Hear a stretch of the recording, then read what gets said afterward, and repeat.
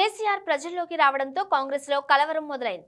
రైతుల కష్టాలను నేరుగా తెలుసుకునేందుకు కేసీఆర్ పొలం బాట పట్టడంతో కాంగ్రెస్ మంత్రులు వరుసగా మీడియా ముందుకొస్తున్నారు. నిన్న ప్రెస్ మీట్ లో కేసీఆర్ చెప్పినవన్నీ అబద్ధాలని అన్నారు మంత్రి తుమ్మల నాగేశ్వరరావు. మరో మంత్రి ఉత్తమ్ కుమార్ రెడ్డి కూడా కేసీఆర్ పై ధ్వజమెత్తారు.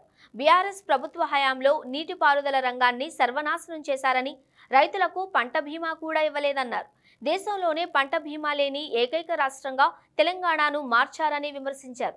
విద్యుత్ విషయంలో ఆ పార్టీ ఏదో గొప్పలు సాధించామని చెప్పడం కూడా అబద్ధమేనని అన్నారు ఉత్తమ్. బీఆర్ఎస్ పార్టీపై తనకున్న అక్కసును కూడా ఈ సందర్భంగా బయటపెట్టారు ఉత్తమ్ కుమార్ రెడ్డి. త్వరలో బీఆర్ఎస్ ఖాయమన్నారు. ఆ పార్టీలో నేతలెవరూ ఉండరని, లోక్సభ ఎన్నికల తరువాత బీఆర్ఎస్ మిగలదని జోస్యం చెప్పారు. కేవలం కేసీఆర్ కుటుంబ సభ్యులు మాత్రమే ఆ పార్టీలో ఉంటారన్నారు ఉత్తమ్.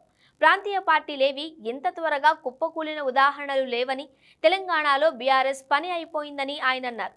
తెలంగాణలో విద్యుత్ కోతలు లేవని స్పష్టం చేశారు ఉత్తమ్ కుమార్ రెడ్డి.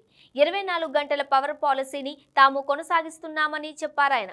కేసీఆర్ ప్రెస్ మీట్ సమయంలో వారు జనరేటర్ వాడాలని, వైరింగ్ సమస్యల వల్ల కాసేపు అంతరాయం ఏర్పడితే కరెంటు పోయిందంటూ కాంగ్రెస్ ప్రభుత్వంపై అభాండాలు వేస్తున్నారని విమర్శించారు ఉత్తమ్.